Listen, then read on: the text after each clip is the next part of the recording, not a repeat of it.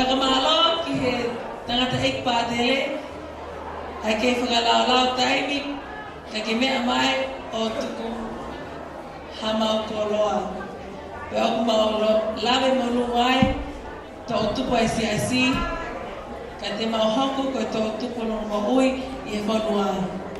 Whakamalo ki he tauhi lahi, pehe ki he tauhi ko tō pe. Whakamalo ki he pulinga aue lahi, Wai kau pulinga aue ko tō pē. Whakamalo ki he kau whakaafi whakalanglang hono katoa. Whakamalo ki he kau sponsors hono katoa pē. Owen angata hen ho mō tokoni. Whakamalo ki he ngahi mātua whale o ngahi lataki. Mālo e tokanga e whānau. Whakamalo ki Palestine wai kau maulakano e ngahi lataki taktaha. Whakamalo ki he whānau lataki hono katoa. I kai whakangalo, ngahi whānau lataki o kuna whalau mai me tua puleanga. Whakamalo tō tupu ki he ngahi mātua tau whānau, malo e ofa me wale e tama ho mō whānau. Ka koe ngahi whakipele ho mō ngahi loto whānau. Excuse me, if you're at the photo booth, can you please keep it down? I'm trying to sell it whakamalo here. Whakatawang e pēna a mō mau hawhi ohi whiwhia he polo whakatau he whanau lataki. Tala monu watu ki he ngawha, matongia ke he kehe o whakamohe mei unu. Whakamalo ka pauna e iai, ha atono no o i he toa whatongia o pōni. Mo ane a lea tonga o taka, ko e tonu mo e hala, whakatau katea, ai he tā whiwhia. Malo a pito ho mo mea mai, ka mo mea. Lippy! Hip hip! Hip hip! Hip hip! La paha kakalapa kalata.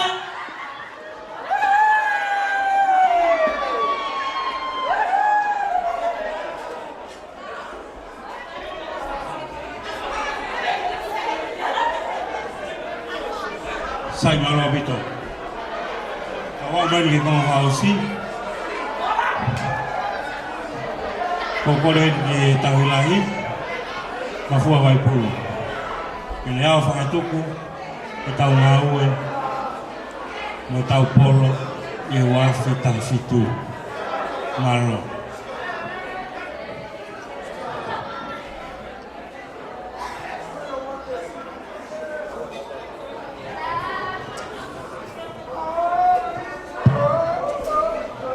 Ora bega eu whakamalo tu pe ngai whakatapu kotoa u whaatakua he pangai koe ni. Ka tu pe mua ke u whakawhukata pātere Christopher Wahea Latu ha whakamalo.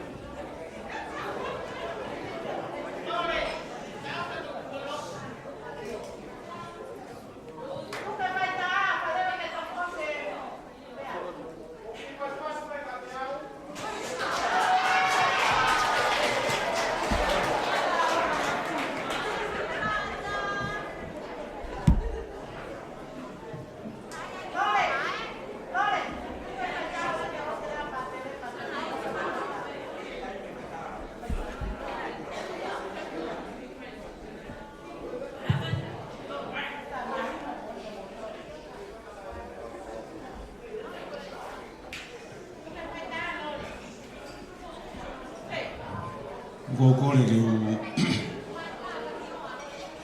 o whangatu e tala whakatapu kakato. O e whiawhi koe ni ga e whai atu e whamalo tu a koe. Whatapu atu kore ngā la. Whatapu atu i tau e lahi, ki a mafua, Na behe ki he ngahi tuunga katoa whakatapua he ngahi pangai peheni. Kau whai atu e whamalo koe.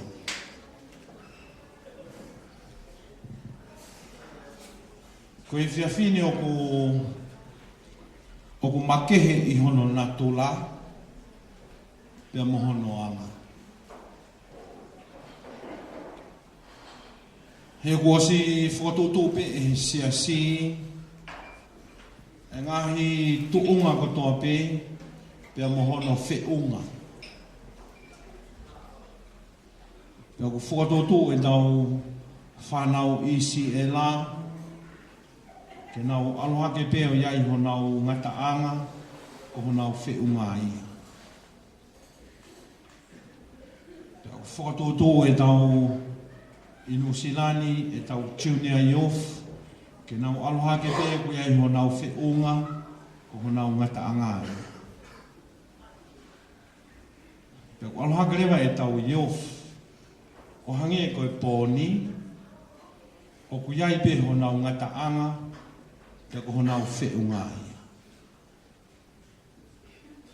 Pea toki kakarewa mi ai ki he ngahi stepu ke heke I he mo uhi koe ni tau whanonga I. O magatuunga ia I he langa pea mo e whatu o ku tau whai I he ngahi aha koe ni. Koe whiawhini whakakoloa atu.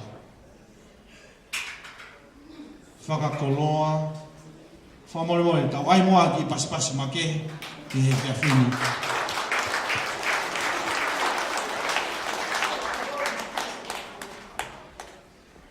Pea kou whamalo ai ki he tamai, pea moe whae, pea moe komiti, hono whakatutu e whiawhini. O ku makehe atu ia I hono natula, Pea mohono anga.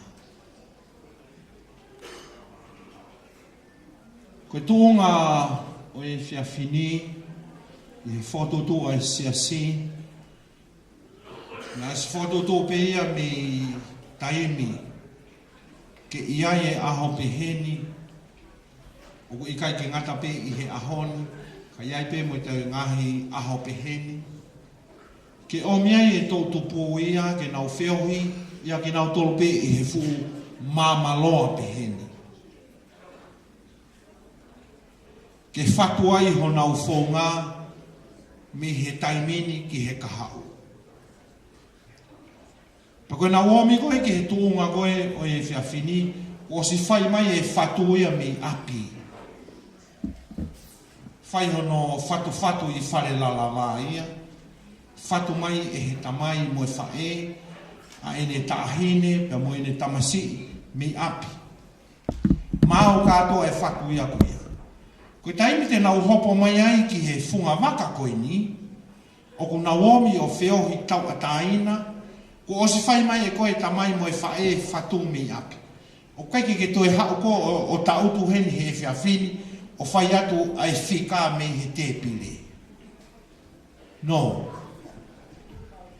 O ku oange ka ki nau tolu e tuunga ia koe ni, ke whai ai e nau whiri tuunga mo ui, I he ki taimi nou te nau whanonga atu, I he funga waka o e talavou mo e whine mui, e tu whai ai e nau whiri ki he kahao.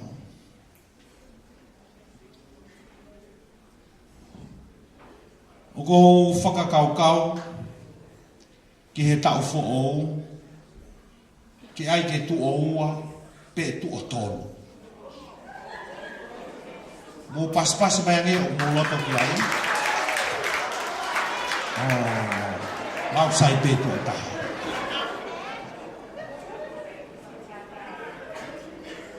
Ko ki tau tolu I he sias katolika, o ko e siasi ia ko I moni, ai siasi koe. E talu pe e tau wako me he isi ela. Alu haki ai pe hono teu I ki tau tolu, I he ngahi tuunga kotoa o e tau moui, o tau wao e pe ki he tau whiri tuunga moui, I he ngahi mea kotopi. Pure ngā welahi, u salute atu. Ka peheka ki mōtolo hono kotoa, tawilahi, whawhita. Whakakoloa e whiawhini nā ku whakawhia pātere ni uka sol. Ka mō pātere i tau kuna lotonga mea heni he taimini. Koe koho tau taki i whoku mō osi mea i hono kotoa pe. Koe au eke tuunga koe ni koe ke te fua o mai eke. Ka nana poaki mai pe, kia te au ke urere mai o whawhawhonga e ki nao. Oko te uki awhesi he ki he vokasio i Nusilani. Maha koe rea tae ori tahaini te mō whanongo ki ai. Iof, aiof, aiof. Pea koe tu oia koe he taimini, koe mātua, koe nau sio koe ki he kahau, koe whanau, ke o mai hamea ki he whamiri. O kai koe whanau ia, ke o atu, o kai ke toi whakafoki mai hamea. Ai koe tau teu teu i koe tau whanau ki he kahau. You are looking for some profit for the family. O kai ke hange ia ko au, no profit for the family. Pau koe kai ke whie maari e ngahi whamiria ki ai, ke whuaki ai lahi, pe koe hoko hake, pe ko hai, ke ave ki he ngawe ai siasi, ko hinga it's a non-profit organisation. Koe whuakia ke o atu pepe au mai, ko hinga kai accumulate ai ngahi mea kotoa peke alu ke lahi.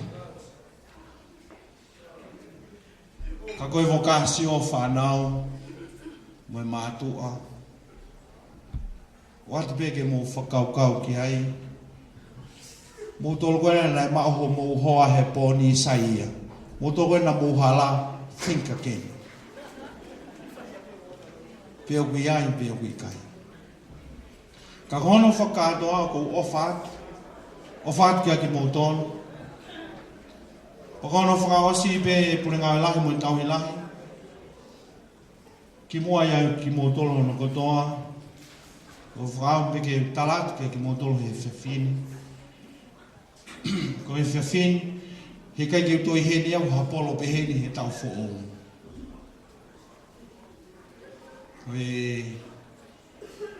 O si tu'u ni i mai au ki u whoki au ki tonga.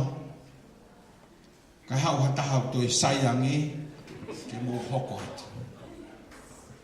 Nako whie maari e pe, kono toi ai koe ke whakarea ke mahino ange, ko Tisema,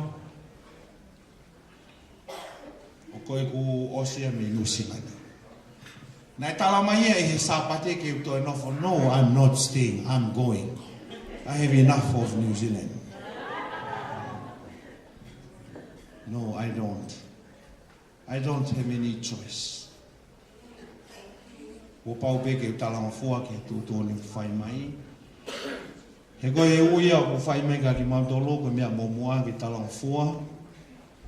Koe tū ke he kahau e hoko atu ki he kumi he whetū ke to e whakalahi ai i lo. Ka ko Tisema ui ke ua, koe ku Osia me Nusilani. E hoko mai e whahinga e nau hoko mai o hoko a te whatongia o kou whai. Pe o kou whakamalo atu ai ka ki mōtoro. Probably this will be the last o i whiawhini of this kind. Ke o tū atu ai i ho mō hao ngā. Ke whai atu ai whakamalo.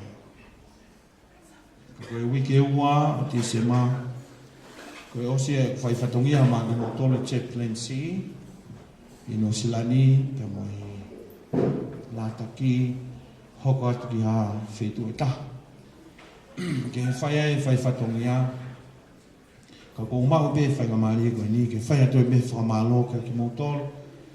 I know we will have another chance ke tau celebrate ai mo enjoy before I leave. Let's Give it up.